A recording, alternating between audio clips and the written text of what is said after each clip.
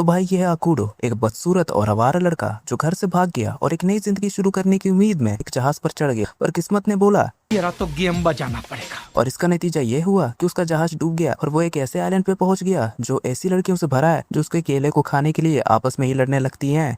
तो ये सब तब शुरू होता है जब सुजू नाम की एक लड़की मछली पकड़ने जाती है, लेकिन आखिर में हमारे इस निकम्मे को पकड़ लेती है। कंफ्यूज होकर वो उसका फैक्ट्री रीसेट बटन कुछ ज्यादा ही बार दबा देती है और जब उसे एहसास होता है कि उसने मामला और बिगाड़ दिया है तो डेस्परेट होकर अचानक उसे पकड़ती है और सीपीआर देने के लिए उसे सीधा किसी कर लेती है, जिससे अकूडो को तो लगता है कि वो किसी जन्नत में आ गया है। लेकिन जब सुजू फिर से गड़बड़ कर देती है तो वो उसको घसीट कर अपनी दादी के पास ले जाती है। वहाँ लड़कियों की भीड़ जमा हो गई थी ये देखने के लिए कि दादी आखिर सुजू को क्यों डांट रही है, क्योंकि सुजू की बदबूदार सांस से अकूडो की जान जाते जाते बची थी। हालांकि जब सुजू उनसे पूछती है कि अकूडो के छाती पे हमारे जैसे गुब्बारे क्यों नहीं है, तो दादी खुलासा करती है कि ऐसा इसलिए है क्योंकि अकूडो एक लड़का है। अब ये सुनकर सारी औरतें एकदम पगला जाती है क्योंकि उन्होंने पहले कभी किसी आदमी को देखा ही नहीं था। बाद में जब अकूडो उठता है तो वो राहत महसूस करता है क्योंकि उसे लगता है कि वो अभी भी जापान में है, जब तक कि लड़कियां उसे नहीं बताती। उन्हें कोई आइडिया नहीं है कि ये आइलैंड कहाँ पे है। फिर दादी एक्सप्लेन करती है कि वो लोग भी जापानीज हैं, पर 130 साल पहले उनका शिप डूब गया था और तभी से वो लोग यहीं फंसे हुए हैं। अकूडो ये सुनकर अब टेंशन में आ जाता है कि वो घर कैसे वापस जाएगा, पर दादी उसको बोलती है कि टेंशन मत लो और चुपके से अपने पोती को उसके पास सेट करने का प्लान बनाती है। बाद में सुजू के घर जाते समय आयने नाम की ये चुटकी उन पर जासूसी करती है और सुजू को रोकने की कोशिश करती है, लेकिन वो गलती से अकूडो को एक पत्थर मार देती है और अपना भाई वहीं बेहोश हो जाता है। जब अकूडो जागता है तो सुजू नर्स बनकर अकूडो की देखभाल कर रही होती है। तब सुजू को अचानक एहसास होता है कि उसके लिए चैट जीपीटी से नुस्खे लेना ज्यादा बेहतर होगा। सुजू फिर उससे कहती है कि अगर तुम्हें नहाना है तो नहा लो, क्योंकि अपना भाई जब से यहाँ आया है बिना नहाए धोए ऐसे ही घूम रहा है। तो अब अकूडो मत से बाथरूम में आराम करता है और सुजू के बारे में ख्याली पुलाव पकाता है, लेकिन उसे अपनी किस्मत पर तभी यकीन नहीं होता जब सुजू उसके साथ बाथटब में आ जाती है, जिससे उसका दिमाग सुन्न हो जाता है और अपना भाई का तो एकदम हालत ही खराब हो गया था। अचानक आयने भी बाथटब में आ जाती है और अपनी छाती पर मौजूद मच्छर जैसे छोटे गुब्बारे अकूडो को दिखाती है, लेकिन फिर दोनों लड़कियां इस बात की कंपटीशन में लग जाती है कि अकूडो का मनोरंजन करने के लिए किसके गुब्बारे सबसे बड़े हैं। तो कुछ पलों बाद सुजू फिर से अपनी नर्स की ड्यूटी पर लौटती है, लेकिन उसका मरीज तो वहाँ होता ही नहीं, क्योंकि आयने एक गुस्सेल चिड़िया पर सवारी करते हुए अपने भाई को बीच सड़क घसीट कर उसकी नींद से जगाती है। किस्मत से रेन नाम की कोई दूसरी लड़की आयने को गिरा देती है एक नदी में। राहत की सांस लेते हुए अकूडो सोचता है कि चलो आखिरकार उसे कोई नॉर्मल लड़की मिल गई, पर तभी यह मोहतरमा कौन हब वीडियोस के ठरकी लाइनें मार के उससे फ्लर्ट करने लगती है। अपना भोला भाला अकूडो किसी तरह से वहां भागने में कामयाब होता है, लेकिन इससे पहले कि उसे कुछ समझ आता आइलैंड की हर प्यासी लड़की उसके पीछे पड़ जाती है। जब वो आखिरकार रुककर ये सोचता है कि आखिर ये सब उसका शिकार क्यों करना चाहती है, तब दादी आके उसे समझाती है कि वो इतने सालों में इस आइलैंड पर आने वाला इकलौता लड़का है और यहाँ पे हर किसी में विटामिन की भारी कमी है, जो अब अकूडो से अपना विटामिन पूरा करना चाहती है। अब ये सुनकर अकूडो फैसला करता है कि उसे इस आइलैंड से कैसे भी निकलना होगा। भाई मैं सच बता रहा हूँ, ये लौंडा ना एकदम बकलोल है। अगर मैं ऐसी जगह होता ना तो इस जन्नत को छोड़ के कभी नहीं जाता, क्योंकि मित्रों यहाँ तुम्हें प्रोटीन की कमी कभी नहीं होने वाली, क्योंकि यहाँ दूध का भंडार है और मेरा मानना है प्रोटीन सेहत के लिए बहुत जरूरी है, तो जहाँ मिले बस ले लो। ये बड़ी अच्छी बात कही आप। तो अब इधर अकूडो को आइलैंड से बाहर निकलने के लिए एक नाव मिल जाती है, लेकिन लड़कियां उसे रोकने की जहमत नहीं उठाती और उसे उसके ख्याली पुलाव पकाने देती है। अचानक अकूडो की नाव एक भंवर में फंस जाती है। इस पर दादी समझाती है कि आइलैंड से निकलना नामुमकिन है, जिससे अकूडो को वो सारी बातें याद आ जाती है जब उसके पापा ने उसे एक लूजर कहा था, जो शायद सच ही कहा था। तो अकूडो जिद्दी बनकर फिर से नाव पर चढ़ जाता है। हालांकि वो हर बार वापस फेंका जाता है जब तक कि उसे नहीं लगता कि उसने इसका पैटर्न समझ लिया है। वो अपने प्लान को टेस्ट करने का कोशिश करता है, लेकिन इस बार उसकी नाव एक और का मतलब कि वेल से टकरा जाती है, जिससे वो समुद्र में गिर जाता है। शुक्र है इससे पहले कि वो बेवकूफ डूबता, सुजू उसे आके बचा लेती है और समझाती है कि औरका असल में उसे सबसे खतरनाक भंवर में कीमा बनने से बचा रही थी। अकूडो आखिरकार मान लेता है कि उसके भागने का प्लान बेकार है और सुजू इस आइलैंड पर उसके नए घर में उसका वेलकम करती है। बाद में सुजू अकूडो को बताती है कि ये आइलैंड कभी इतने सॉसेजेस से भरा हुआ था कि भूखी लड़कियों के लिए काफी होता, लेकिन एक सदी में एक बार आने वाली एक बहुत भारी लहर ने उन सभी को आइलैंड से बहा दिया। अकूडो सोचता है कि वो लहर आइलैंड से बाहर निकलने का रास्ता होगा, लेकिन ये सुनकर कि ये सदी में केवल एक बार आती है, उसके सारे प्लान्स फिर से पानी में बह जाते हैं। तभी रात में आयने अकूडो को किडनैप करने के लिए आ जाती है, लेकिन सुजू उसको एक लात मार के सीधा मार्स पे पहुंचा देती है। हेलो एलोन मस्क, भाई तू रॉकेट वॉकेट बनाना छोड़ और यहाँ से इन लड़कियों को उठा ले।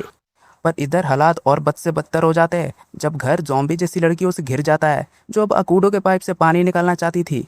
दादी समझाती है कि आइलैंड पर आदमियों की कमी ने उसे इस जगह का सबसे ज्यादा डिमांड वाला चीज बना दिया है। फिर वो लड़कियों को शांत करती है और उन्हें समझाती है कि अगले दिन होने वाले एक हाइड एंड सीक टूर्नामेंट के जरिए इसका सॉल्यूशन निकाला जाएगा।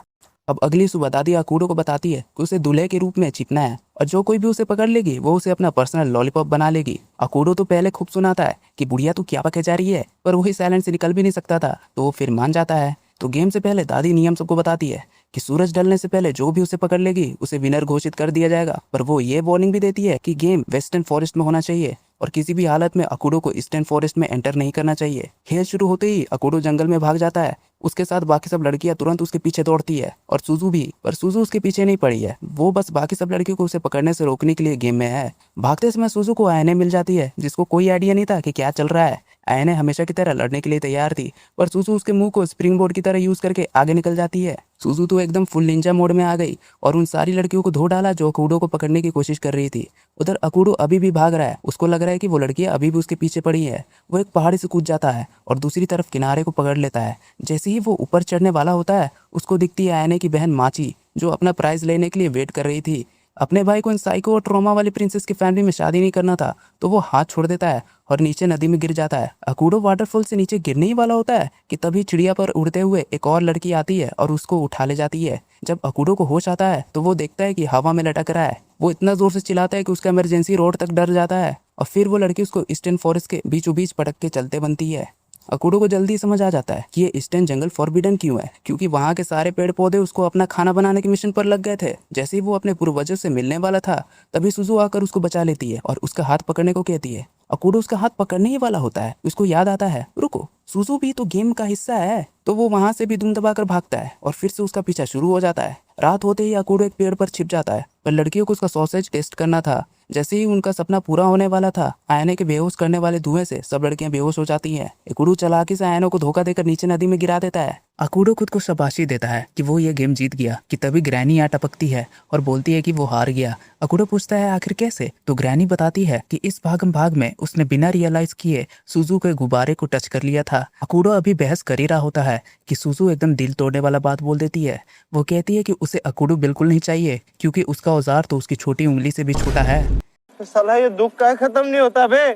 अब अगले दिन अकूडो अपने बैग में कुछ चीजें ढूंढता है जिससे उसकी नई शादीशुदा लाइफ थोड़ी बेटर हो सके। सुजू को एक सेलफोन मिलता है, पर क्योंकि वो लोग इतने सालों से आदि मानव वाला जीवन जी रहे हैं तो सुजू को घंटा नहीं पता होता कि फोन क्या होता है। इधर नाश्ते के बाद सुजू पानी लाने जाती है तो ओवर कॉन्फिडेंट अकूडो हेल्प करने पहुंच जाता है। उसको जल्दी पछतावा होता है क्योंकि उसने लाइफ में कभी भी अपने मसल्स यूज ही नहीं करे थे। उसकी ईगो को तब और झटका लगता है जब वो रेन को चट्टान जितना बड़ा पानी का मटका आराम से उठाते हुए देखता है। अपनी सिग्मा मेल वाली इज्जत बचाने के लिए अकूडो उसके साथ रेस लगाता है, पर थोड़ी दूर जाकर बेहोश हो जाता है। तभी अकूडो रेन की बहन मिको से मिलता है और वही पूरे आइलैंड पर अकेली लड़की है जो अकूडो जैसे निठल्ले और कमजोर लूजर से दूर रहना चाहती है। उसका मानना है कि किसी लड़के के इमोशनल ड्रामा से डील करने से बेहतर है अपनी बहन के साथ रहना। इधर अकूडो और सुजू घर के छोटे मोटे काम निपटाते हैं। अकूडो को लगता है कि उसने काफी मेहनत कर लिया, तभी सुजू बताती है कि ये तो सिर्फ छोटे मोटे काम थे, असली हैवी काम तो अभी बाकी है। थोड़ी देर बाद वो लोग फार्म पहुंचते हैं। अकूडो बड़ा कूल बनता है और बोलता है कि वो आलू निकालने का काम उस पर छोड़ दे, लेकिन जैसे ही वो आलू खींचता है उसकी हालत टाइट हो जाती है क्योंकि वो आलू वे बिग के रिश्तेदार लग रहे थे। चीजें तब अजीब होती है जब उसे पता चलता है कि खेत की सारी सब्जियां कुछ ज्यादा ही बड़ी हैं। उसके बाद वो मशरूम फार्म पहुंचते हैं और अकूडो फिर से कूल बनने के चक्कर में अचानक एक जिंदा मशरूम का शिकार हो जाता है जो उसे निगल ही लेता है, पर मशरूम उसको वापस थूक देता है क्योंकि अपने भाई का टेस्ट खाने से ज्यादा जहर जैसा था। तब सुजू बताती है कि कुछ मशरूम्स असल में मॉन्स्टर्स हैं जो इंसान खाने के बाद मर जाते हैं। प्रॉब्लम ये है कि असली और नकली मशरूम में फर्क करना बहुत मुश्किल है, पर अकूडो चौड़ में आकर नकली मशरूम्स छांटने जाता है और जो भी उसे असली लगता है वही उसको खा जाता है। तभी एक लड़की अकूडो के डैडी इश्यूज ट्रिगर कर देती है, ये बोलकर कि उसके बस का ना है ये सब। अब ये सुनते ही अकूडो एकदम टर्मिनेटर मोड में आकर सारी नकली मशरूम्स को तोड़ने फोड़ने लगता है। लड़कियां उसकी तारीफ करती है, पर भाई अपने डिप्रेशन में चला जाता है और जंगल में जाकर रोने लगता है। तभी रेन आती है और अकूडो को तसल्ली देने के लिए उसका हाथ अपने बड़े मुलायम गुब्बारे पर रख देती है, जिससे भाई का सीधा खड़ा ही हो जाता है। कुछ समझे दया? हाँ सर, इसका मतलब है इसका मतलब है रोंगटे भाई रोंगटे। अकूडो तो पूरा एंजॉय कर रहा था कि तभी युकिनो नाम की एक लड़की आकर उसका पूरा मोमेंट खराब कर देती है। अरे कौन भौंक रहा है ये बदतमीज? बाद में शाम को सुजू उससे बोलती है कि उसे अकूडो के साथ रहना अच्छा लगता है क्योंकि उसकी वजह से उसे फैमिली जैसा एहसास होता है। ये सुनकर अकूडो को काफी सुकून मिलता है और उसे लगता है कि चलो आज का दिन पूरी तरह बेकार नहीं गया।